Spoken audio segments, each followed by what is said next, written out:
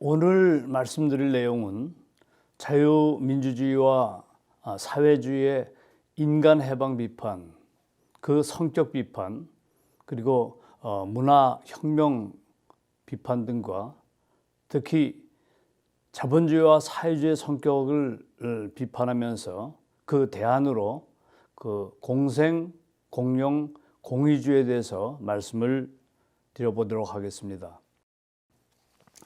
현대 자유민주주의를 생각하면 1789년에 전제 군주주의를 무너뜨리고 일어난 프랑스 혁명을 상기하지 않을 수가 없습니다. 프랑스 혁명의 구호는 한마디로 자유가 아니면 죽음을 달라는 구호였습니다. 프랑스 혁명을 일으킨 혁명의 기초 이념은 계몽주의 사상이었는데 그 계몽주의 혁명 이념은 영국의 명예혁명과 또 대서양을 건너서 미국의 건국 정신의 기초가 되어서 독립전쟁을 일으키는 그러한 기초 이념이 되었고, 유럽 전체를 불태우면서 미국까지 건너가 현대 자유민주주의 세계를 건설하는 그러한 기초 이념이 되었습니다. 여러분들이 미국 뉴욕을 방문하게 되면 관광 코스에서 빼놓을 수 없는 것이 허드슨 강의 그 자유의 여신상인데, 그 자유의 여신상은 미국 독립운동을 기념해서 프랑스 국민이 미국 국민들에게 선사한 선물이라고 합니다. 근세 프랑스 혁명의 기초가 됐던 계몽주의의 대표 철학자는 칸트이고, 계몽주의를 촉발시킨 그러한 사상가는 존 락크였습니다. 락크는 계몽주의의 자연법 사상에 따라서 인간의 가장 기본적인 권리인 인권, 이 천부의 인권이라고 하는 것은 국가에 의해서 부여받은 것이 아니라 천부의 자연권, 자연 상태에서 스스로 부여받은 것이라고 주장을 합니다. 그리고 이 자연권의 그 핵심을 규정한다면 자연권이란 인간이 자연 상태에서 누리는 생명, 자유, 평등, 재산권 같은 그러한 인권을 말하고, 이 천부적인 권리인 자유, 평등, 재산권 같은 인권주의에서도 가장 중요한 기본 이념을 자유라고 규정을 하고 있습니다. 이처럼 계몽주의 사상은 인간의 존엄성과 자유권, 그리고 평등권, 재산권을 강조하였고, 이렇게 함으로써 유럽의 중세 시대를 지배하고 있었던 그 봉건주의 사회, 전제군주 사회, 그 로마 카톨릭 교회의 족쇄로부터 인간 이성의 해방을 확보할 수 있었던 것입니다. 인간 이성의 해방이야말로 자유민주주의를 이루는 가장 기본적인 근간이고, 자유민주가 성립하는 가장 중요한 원리가 되었던 것입니다. 자유민주주의는 이처럼 이성의 자유를 기초 이념으로 해서 보다 발전된 합리적 제도를 갖고 있는 그러한 이념입니다. 우리가 일반적으로 의회제도라든지 선거제도 또는 삼권분립 또는 자유주의 정신을 계승한 어떤 저항권 같은 이러한 하나의 계몽주의 사조의 그 이론은 이성의 자유를 기초로 한 그러한 이념인 것을 알 수 있고, 이러한 합리적인 하나의 이성적 제도를 발전시켜 나간 것이 자유민주주의의 체계라고 알 수가 있습니다. 자, 그러면 우리가 민주주의의 태동을 이러한 그 프랑스 혁명에 기초한 자유의 정신의 기초에서 보게 될 때, 소위 중세와 근세를 일단 가름하는 것은 중세의 종교의 시대에서 이성의 시대로, 종교의 교례 감옥에서 이성의 해방으로, 중세의 암흑 시대에서 이성의 빛, 다시 말하면 계몽의 시대로 이러한 어떤 그 혁명적 이념을 기초로 해서 민주주의가 태동하게 되었던 것입니다. 그러면 우리가 중세와 이제 근세를 나누는 가장 그 경계 지점에서 가장 근세를 대표하는 그러한 철학자를 꼽는다면 그 데카르트를 이제 꼽을 수가 있겠고, 여러분들이 잘 아시는 것처럼 데카르트의 명제인 나는 생각한다, 따라서 나는 존재한다는 명제는 단순히 그것은 합리주의 철학의 시조가 된 것이 아니라 중세와 근세를 가르는 그러한 어떤 경계선이 되었다, 이렇게 볼 수가 있습니다. 나는 생각한다라는 그러한 코기토의 근세의 이성의 발견, 또한 이 이성에서 자유를 발견하고 이러한 발견을 통해서 내가 존재한다고 하는 나의 개별적 존재에 대한 확인, 이것이 바로 계몽주의를 기초로 한 자유민주주의의 가장 중요한 초석이라고 하는 것을 우리가 생각하지 않을 수 없습니다. 이러한 그 철학적 흐름과 그 병행해서 그 당시 일어났던 르네상스나 종교개혁 운동, 또는 뉴턴을 필두로 한 여러 가지 이 과학의 운동은 근세 민주주의의 또 다른 배경이 되었습니다. 여러분 잘 아시는 것처럼 르네상스는 중세 교회의 속박에서 인간 개인의 개성과 자유를 추구하는 그런 인본주의 휴머니즘의 운동이었고, 따라서 문화 민주주의로 우리가 규정할 수가 있다, 저는 그렇게 생각합니다. 그런 면에서 보게 될 때 이 종교개혁은 종교 민주주의 운동이라고 볼 수가 있습니다. 여러분, 근세 계몽주의 철학자 중에 한 홉스는 자연 상태에서 인간은 만인에 대한 투쟁일 수밖에 없다라고 하는, 결국 인간이 갖고 있는 이기적 욕망이 충돌할 수밖에 없는 이러한 자연 투쟁 사상을 일단 주장했습니다. 반대로 사회주의는 어떤 이념에 의해서 출발했느냐? 사회주의는 전체보다 개체의 가치보다 전체의 가치를 중요시 여기는 그 사상이요, 이념을 기초한 그러한 그 세계관입니다.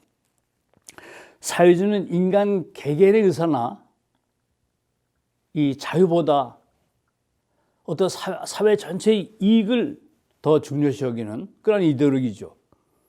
사회주의에서 인간의 능력이라든지 인성, 생명권, 재산권 또는 인간의 인격이라고 하는 것은 개인의 전유물이 아니고 그것은 사회의 토대를 이루는 것으로 이해하고, 사회라고 하는 전체 속에 개별적 인간상을 강조하는, 따라서 개체에 앞선 전체성을 강조하는 그러한 사상과 이데올로기가 사회주의 이념이고, 그러한 이념에 의해서 사회주의가 태동됐다, 이렇게 볼 수가 있습니다. 이러한 사회주의 인간관을 가장 잘 극명하게 드러내는 것이 마르크스의 인간관입니다. 마르크스의 인간 소외론이에요. 마르크스는 인간의 유적 본질, 인간의 가장 근본적인 본질을 노동으로 규정하고 있습니다. 이 노동이야말로 인간의 유적 본질인데, 자본주의 사회에서 노동자의 노동을 자본가들에게 착취하고 수탈당했다는 것이죠. 따라서 잃어버린 이 노동을 다시 탈환하는 것이 바로 진정한 의미에서 소외를 극복하고 인간성을 구현하는 것이라고 하는 입장에서 그의 사회주의 인간관을 완성하게 됩니다. 마르크스의 인간 소외론의 그 핵심적인 내용은 조금 전에도 말씀드린 것처럼 노동의 소외, 그 다음에 이 노동이라는 유적 본질, 인간의 유적 본질이 소외되고, 그 다음에 노동자들이 생산한 노동 생산물의 소외, 이러한 하나의 자본가들의 수탈된 이러한 노동과 노동 생산물 때문에 오히려 자본가와 노동자들이 서로 소외되는 인간과 인간의 어떤 자기 소외 과정, 이 네 가지를 소외의 기본적인 이념으로 이해를 하고 있습니다.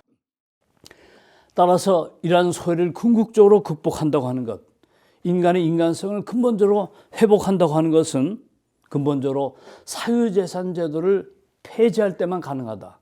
이 사유재산을 폐지함으로써 바로 유적 본질을 탈환하는 것, 잃어버린 소외된 노동을 일단 탈취하는 것, 여기에서부터 소외로부터 완전한 인간성의 해방이 이루어질 수 있다는 것을 주장합니다.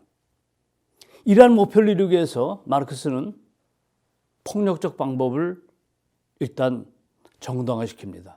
이 계급혁명의 법칙화, 이 계급혁명을 법칙화시켰다고 하는 것은 자본가들과 반동 세력들에 대한 숙청과 그 다음에 그들을 제거하는 모든 정치적 과정을 합리화시킨다는 것, 합법화시킨다는 것, 그 정당화시킨다는 것이죠. 이것은 바로 어떤 면에서는 이 가진 자들에 대한 증오와 분노와 비타협과 이러한 미움의 심리적인 원천을 기초로 해가지고 결국 한 세력이 한 세력을 숙청하는 것, 프로레타리아 계급의 소위 부르주아 계급에 대한 숙청과 그 다음에 이러한 탈환된 것을 다시 이제 탈환함으로써 인간의 궁극적인 소외 극복이 이제 실현되고 그 다음에 프로레타리아 계급의 해방이 일단 이루어진다고 하는 이런 이론을 갖고 있습니다. 따라서 김정은은 그 통치에 장애가 된다고 해가지고 인민군 참모총장인 이영길, 또는 자기 고모부죠, 권력설 2위 장성택, 그다음에 인민무역부장 현영철, 그다음에 경제부총리 김용진 등을 아주 무자비하게 총살 처했습니다. 김일성 이 3대 세습제도를 통해 가지고 반세기가 넘는 어떤 반인륜적인 그런 범죄를 저질러 왔는데 세계 인권 선언문의 30개 조항 모두를 위반하고 세계의 최악의 반인권적 국가로 기록이 돼 있다고 하는 사실만 보더라도 얼마나 소위 계급혁명이라고 하는 명분을 앞세워서 인간의 생명과 천부적인 인권을 무자비하게 청산했느냐는 이러한 하나의 사회주의 혁명의 실태를 본다 하더라도 우리들은 사회주의 인간관의 어떤 모순, 그들이 설정했던 소외 개념에 대한 기본적인 소외 개념과 해방 개념에 대한 기본적인 이론적 기초가 잘못됐다고 하는 것을 우리가 알 수가 있습니다. 이러한 인간에 대한 문제를 궁극적으로 여기서 제시하는 도표를 중심 삼아서 살펴보도록 하죠. 우리가 잘 알고 있는 것처럼 우리가 원리나 이제 통일 사상의 가장 기본적인 하나의 어떤 이론의 기초에 성상과 형상의 이성성사라는 개념이 있습니다.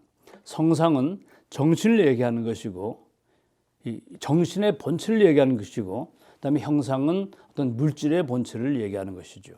그러니까 하나님은 바로 이러한 성상과 형상이라는 정신과 물질이라고 하는 이성성상의 중화적 주체라고 이렇게 규정을 하고 있습니다.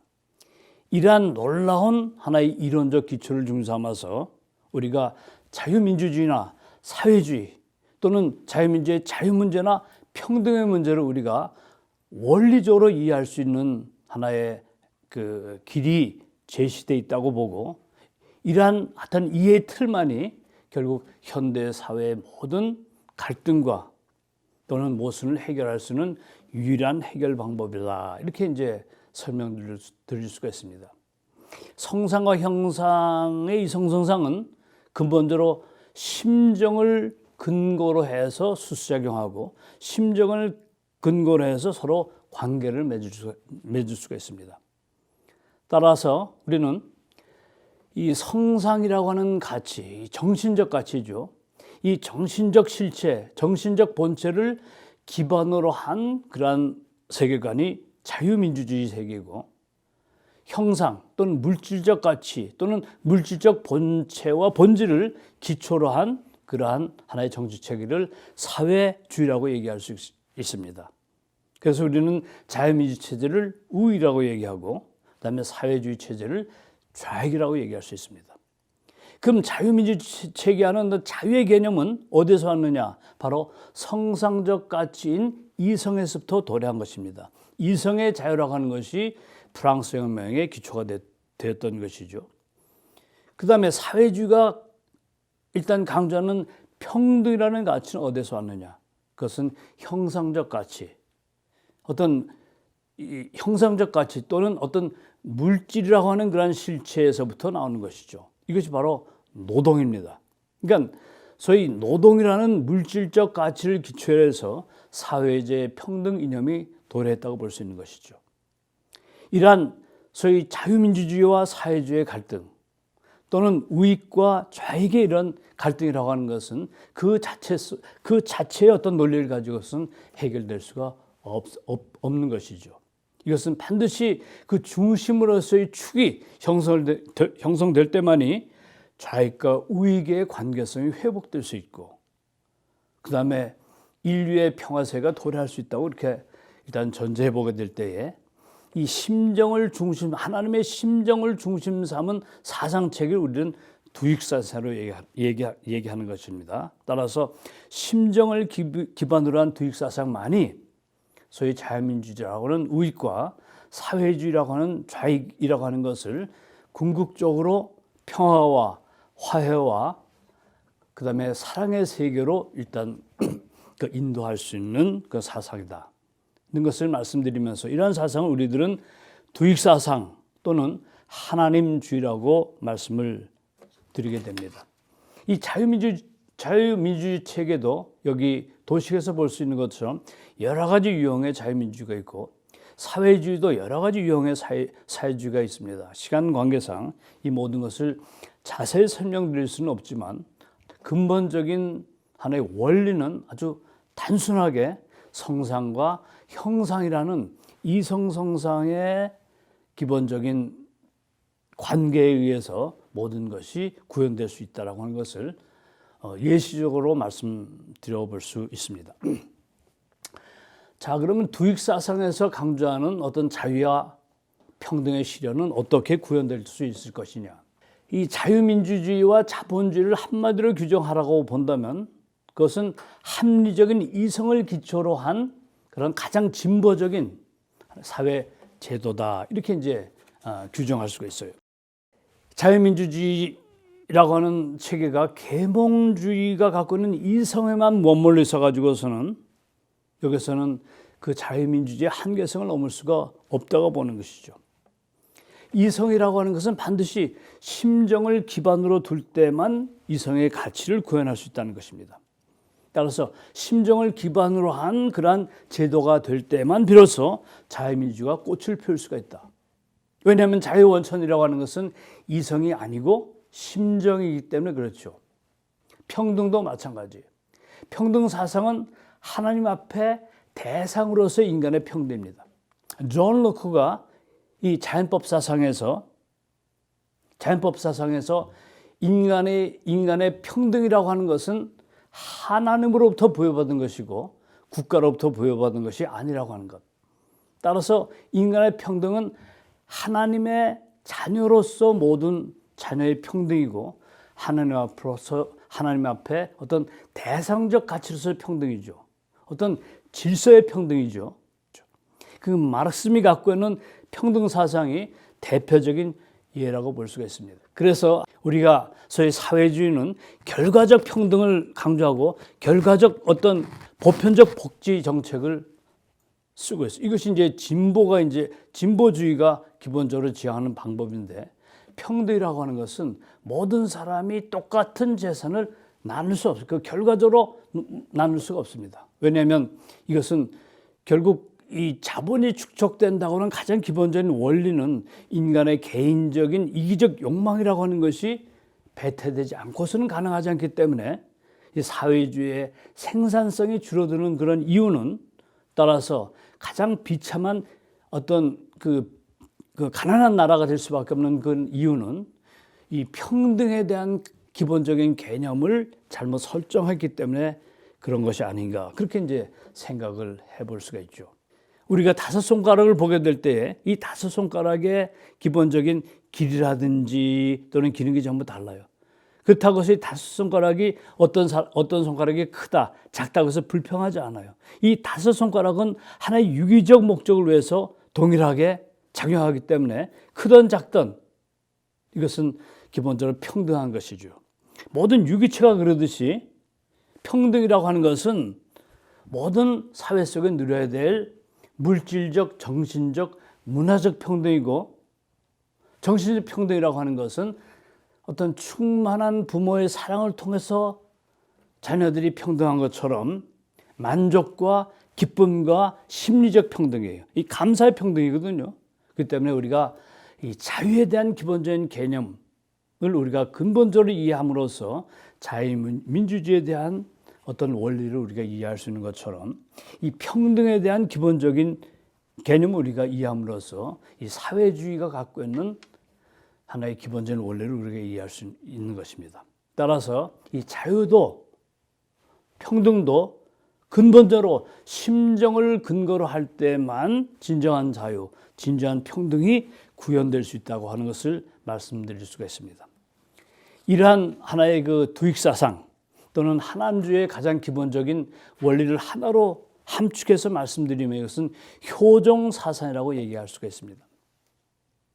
우리가 효하게 되면 어떤 전통적 유교에서의 가부장적인 그런 가정적 효와 질서를 일단 상징하고, 이것이 정치적 이념이 된 이시 조선 왕조를 우리가 생각하게 되는데, 여기서 말씀드린 효는 이러한 가정적 효의 개념을 넘어서는 어떤 천부주의적인 하나님주의적인 효의 개념을 강조하는 것입니다. 다시 말하면 우리가 갖고 있는 양심의 주체가 바로 하나님이고, 이 하나님의 부모의 심정을 중심 삼은 효를 우리는 소위 천부주의 또는 천주주의라고 이렇게 개념을 규정하고 있는데, 따라서 소박한 가정의 윤리적 형태만을 얘기하는 것이 아니고 이 보편적인 효, 보편적인 심정과 사랑의 질서를 말씀을 드리는 거예요. 이 정이라는 개념도 형제나 이웃에 대한 사랑의 정서까지 묻어 있는 그런 개념이죠. 그래서 효라는 개념과 정이라는 개념을 결합해서 수직적인 효의 개념과 또는 수평적인 정의 개념을 하나로 결합해서 효정이라고 하는 사상을 일단 정립하셨고, 이 효정이라는 사상이야말로 기본적으로 인간 해방의 가장 기본적인 원리가 된다고 하는 것을 말씀드리게 됩니다. 그러니까 이 효정이라고 하는 것은 미움과 증오의 형제 관계에서 부모의 얼굴을 발견하는 이런 사상입니다. 따라서 종적으로는 부모와 더불어 수직적인 효정 사상을 통해서 인간의 도덕적 윤리와 그다음에 인간의 삶의 행복이 증진되고, 따라서 이 부자지 관계에서의 기본적인 자유와 평등을 구현할 수 있죠. 이것이 바로 심정 해방과 양심 해방이에요. 그다음에 형제 관계에서 우리들은 부모의 얼굴을 보고 부모의 삶을 우리가 느끼는 것, 여기에서 이제 기본적으로 형제 관계 모든 질서도 확립될 수 있다는 것이 효종 사상의 진지한 의미입니다. 따라서 효종 사상이야말로 민주주의의 인간 해방과 또는 사회적 인간 해방을 근본적으로 극복할 수 있는 어떤 위대한 원리를 제시한다, 이렇게 볼 수가 있습니다. 이것을 도표를 통해서 우리가 기본적으로 이해해 보게 되면, 자유민주주의는 자유가 아니면 죽음을 달라고 하는 그 종교의 암흑에서 이성의 빛으로 어떤 프랑스 혁명을 통해서 구라파 전역을 하나의 민주주의적인 그런 이념과 체계로 일단 몰입하게 된 사상입니다. 그것은 기본적으로 개인 해방이에요. 사회주의 혁명은 노동의 해방이고 프롤레타리아 그 계급만의 해방입니다. 이런 해방을 통해서는 진정한 인간 해방이 이루어질 수 없다는 것을 이미 말씀드렸고, 따라서 진정한 의미에서의 하나님주의적인 해방이라고 하는 것은 심정 해방과 양심 해방과 그다음에 소유권 해방이라고 하는 이러한 해방을 통해서 우리들은 근본적으로 모든 인간관계, 수직적인 또는 수평적인 또는 만물과의 관계에 있어서 자유로운 어떤 영혼, 어떤 평등과 질서를 갖고 있는 그러한 인간다운 삶이 궁극적으로 구현될 수 있고, 이것이 바로 천부의 인권을 구현하는 삶이라고 볼 수가 있습니다. 자, 그러면 다음으로 우리는 자본주의와 사회주의, 공생주의를 말씀드려보기로 하겠습니다. 여러분들 이 박림주의, 이 아담 스미스의 자유박림주의 하게 되면 어떤 자본주의의 가장 기본적인 이론 체계를 우리가 익히 알려져 있는데, 아담 스미스에 있어서의 가장 기본적인 경제 원리는 첫째는 개인적 이기적 욕망입니다. 이 개인적 이기적 욕망이라고 하는 것은 요람에서부터 무덤까지 이를 때까지 떨쳐버릴 수 없는 가장 기본적인 인간의 욕구라고 이렇게 얘기합니다. 우리가 식탁 앞에 빵과 고기가 있는데, 이 빵과 고기는 이 빵집 주인과 푸주간 주인의 어떤 자비심, 도덕적 어떤 자세, 이런 것 때문에 이제 그런 것이 베풀어지는 것이 아니라 그들 각자가 추구하는 어떤 이기적 욕망 때문에 기본적으로 오늘 식탁 위에 빵과 고기가 놓여 있다는 사실이죠. 따라서 이 아담 스미스의 노동가치설에서 이기적 욕구로 노동한 대가가 바로 임금이라고 하는 그런 측면에서 그의 노동가치설을 주장합니다. 그러니까 아담 스미스의 노동가치설과 마르크스의 노동가치설은 달라요. 마르크스는 노동이라는 가치를 기본적으로 설정한 가치설이고, 아담 스미스의 노동가치설은 기본적으로 이기적 욕구와 욕망이라는 것을 근거로 해서 소위 이윤과 가치에 대한 것을 논한 것이기 때문에 그 명칭은 비슷하지만 하나는 소위 자본주의 원리가 되고 또 하나는 사회주의 어떤 철학적 원리가 됐던 것이죠. 아담 스미스의 극부론을 보게 되면 개인의 자유로운 경제활동을 그대로 방임하자는 겁니다. 이것이 바로 아담 스미스의 유명한 자유박림론이고, 이러한 자유박림을 통한 경제활동이 바로 국부를 창조한다. 이 부를 창출한다고 하는 그러한 하나의 이 자연주의적인 하나의 경제론을 제시하고 있습니다. 따라서 시장경제라고 하는 것도 그냥 사고 파는 사람들의 기본적인 광장이고, 그 시장경제에서는 이기적 욕구를 갖고 있는 상인들에 의해서, 이기적 욕구를 갖고 있는 구매자들에 의해서 기본적인 상대 관계가 일단 구성되지만, 가만 내버려둬도 공평한 관찰자의 보이지 않는 손에 의해서 시장에서 공정하게 배분되고 시장의 모든 질서가 조정된다고 하는 그런 논리를 제기합니다. 그러면 반대급부에서 이제 노동가치설, 마르크스의 노동가치설을 보게 되면 노동이라는 것이 투입돼야지만이 어떤 가격과 어떤 이윤이 결정되느냐 하는 것, 이런 마르크스의 노동가치설은 전 근대적이고 굉장히 쾌쾌 묵은 그런 이론이지만은 이러한 노동자들을 선동하고 노동자들이 자기의 노동력 자체가 일단 자본가들에게 수탈됐다고 하는 노동자들의 분노와 증오를 유발시키기는 충분한 이론이죠. 따라서 마르크스의 노동가치설 그 자체가 순수한 어떤 경제 이론으로서의 어떤 특징을 갖고 있다기보다는 어떤 폭력혁명이라고 하는 기본적인 전제를 가지고 노동자들을 촉발하고 노동자들을 인민대중으로 역과하기 위한 하나의 이론이 아닌가, 이렇게 이제 비판을 할 수가 있습니다. 자, 그러면 이 하나님주의 대안으로서 이러한 어떤 소유의 문제, 경제적 관계에 있어서의 하나님주의적인 대안을 말씀드리면 이것을 우리는 공생주의라고 얘기합니다. 공생주의에서의 소유의 세 주체는 하늘 부모님과 개체 목적을 갖고 있는 나와 전체 목적을 갖고 있는 이웃 타자가 같이 공유한다고 하는 것이 바로 공생 개념의 가장 기본적인 하나의 이론이에요. 이것을 소유의 3주체라고 얘기하는데, 예를 들면 집안의 냉장고는 내 것입니까? 우리 형님 겁니까? 부모 겁니까? 집안의 냉장고는 부모 것도 되고 내 것도 되고 형님 것도 돼요. 바다의 물고기도 마찬가지죠. 이런 자연재들. 그 때문에 우리가 소유한다고 하는 것을 이기적 욕구에서 내 것으로만 소유하려고 하는 어떤 자본주의적인 욕망이 이제 문제가 되는 거지, 근본적으로 존재하는 모든 것들은 내 것이면서 이웃과 함께 공유하는 것이고, 거기에는 하늘 부모님의 심정과 사랑이 개입할 때만 진정한 의미에서의 어떤 원활한 만족스러운 어떤 소유관계가 결정될 수 있다는 것입니다. 이것도 바로 효종 사상이에요.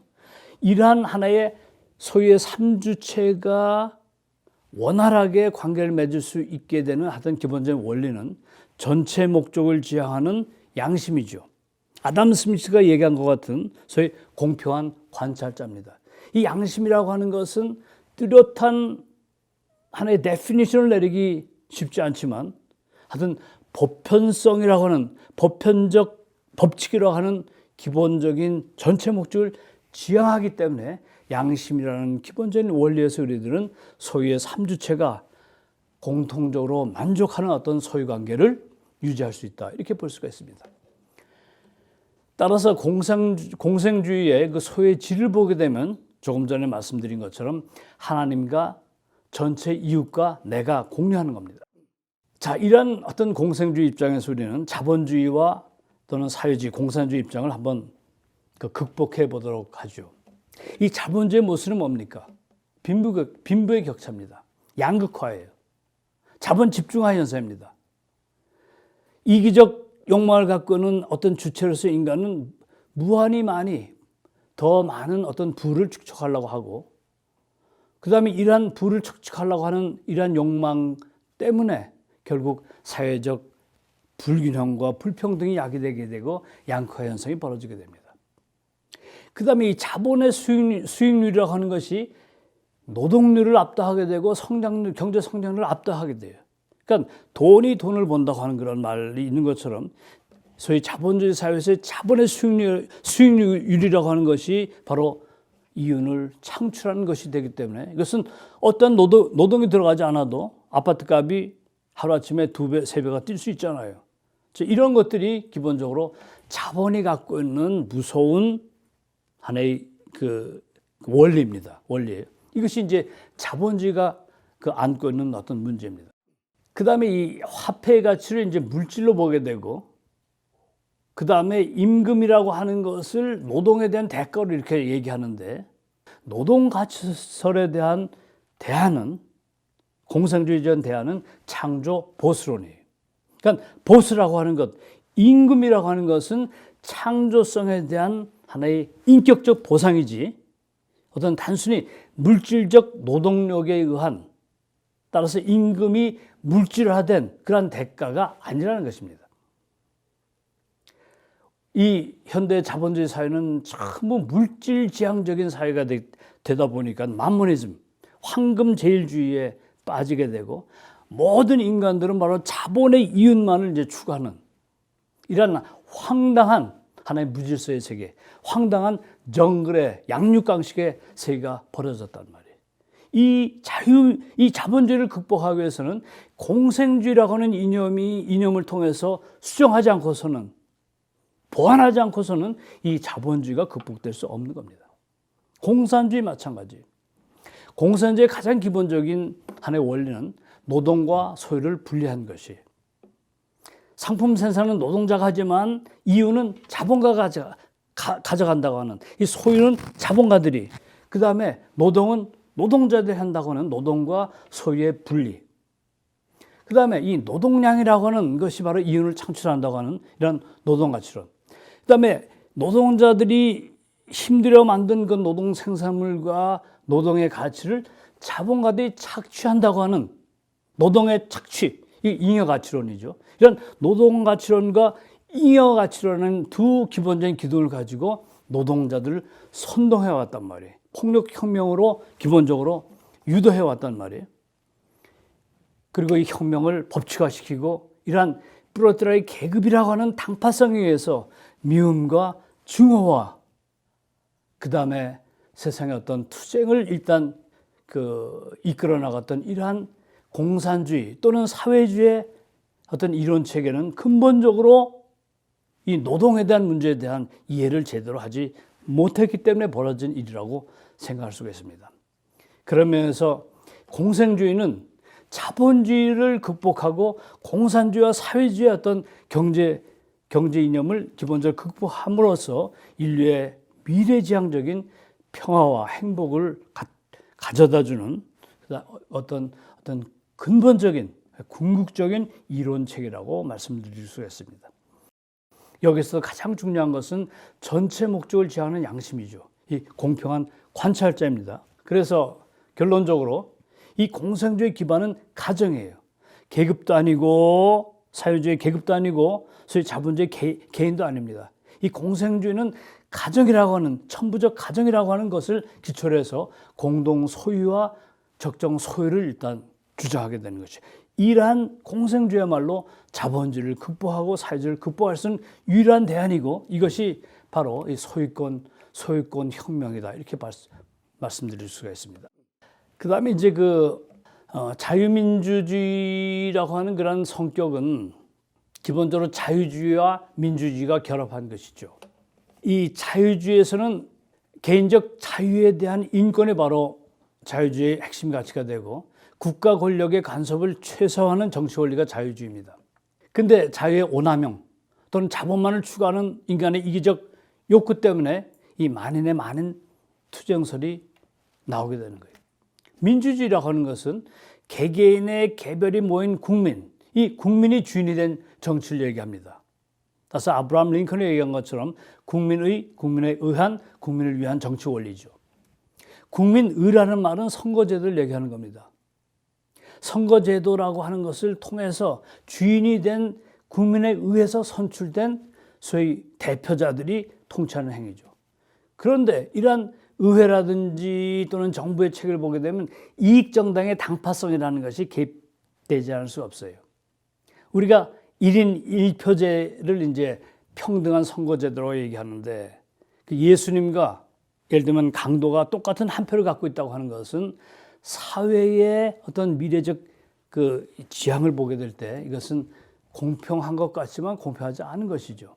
그러한 어떤 1인 1표제가 갖고 있는 하나의 정당성 문제, 그다음에 부정과 부패를 얼룩진 선거제도의 결합, 이런 것들이 이제 소위 국민의 어떤 선거제도에 한 여러 가지 문제점들이 야기됩니다. 그다음에 국민의 의한이라는 말은 국민적 동의에 기초한 국가 권력의 정당성을 얘기하는 겁니다. 그러니까 국회와 정부 등 선출된 대표자들이 과연 정당한 대표성을 구현하느냐. 대부분 현대 민주주의 사회에서 이 대표성의 실패 문제가 거론될 수밖에 없어요. 이게 대민주주의 한계죠.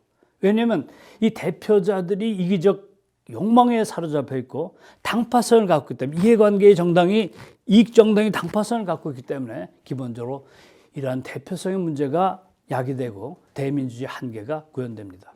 이러한 국민에 의해서 선출된 하나의 대기관이 국민을 위한 정치가 바로 민주주의죠.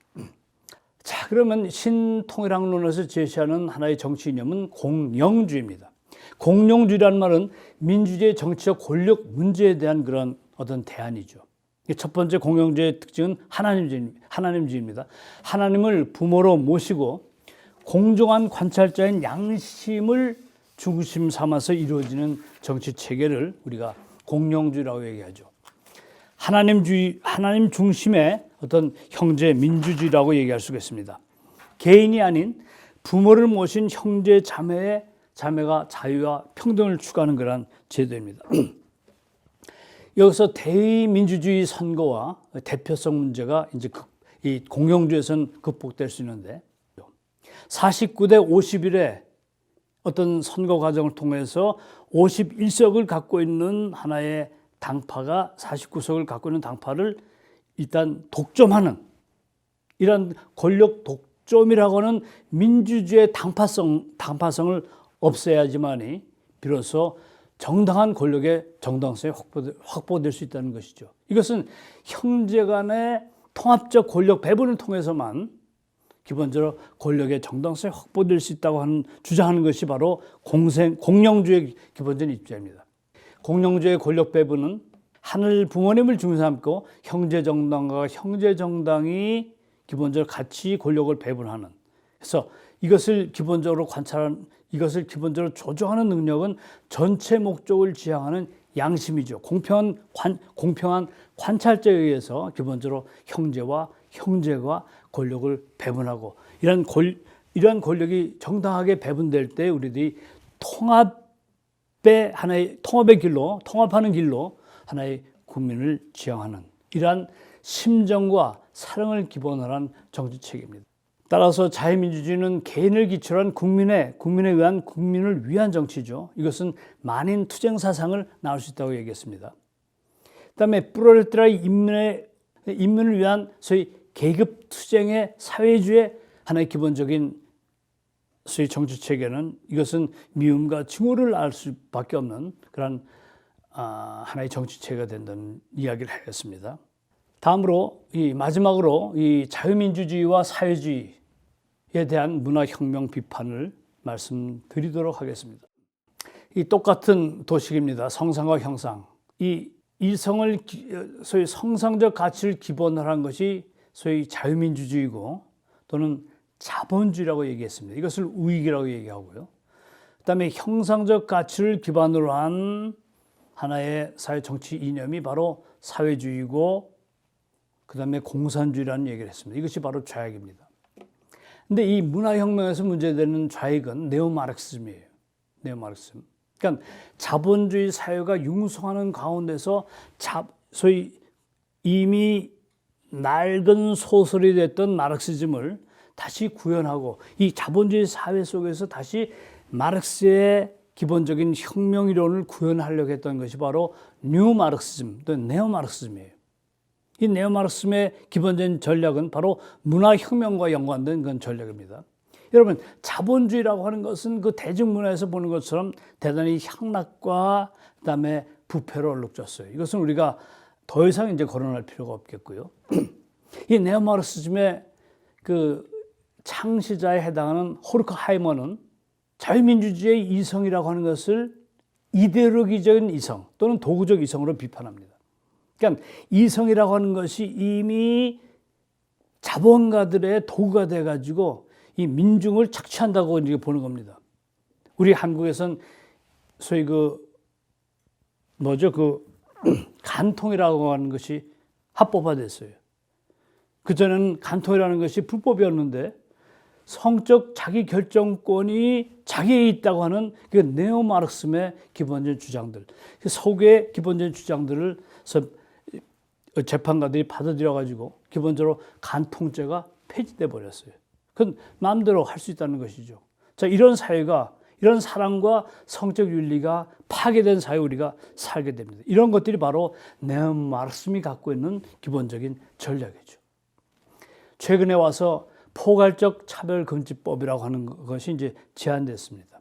차별금지법이 잘 있는데 이 포괄적 차별금지법이라고 하는 조항 속에 소위 양성평등 또는 동성애 같은 것들 기본적으로 이 소위 그 어떤 조항에 집어넣음으로써 이러한 성적 소위 네오마르크즘이 갖고 있는 성혁명 이론에 부응하는 이런 좌파적인 하나의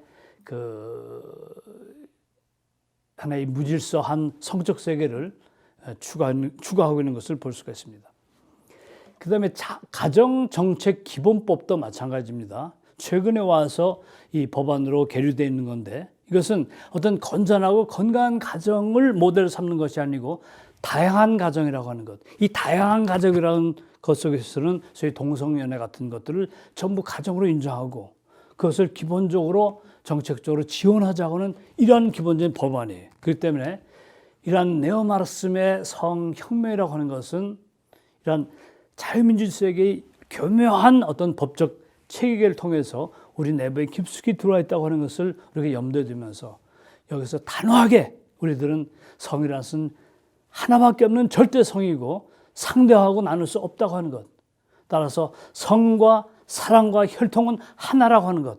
여기서 근본적으로 인간의 해방, 심정의 해방, 양심의 해방, 절대 성혁명이 완성될 수 있다는 것을 마지막으로 말씀드리면서 오늘 강의를 마치겠습니다. 감사합니다.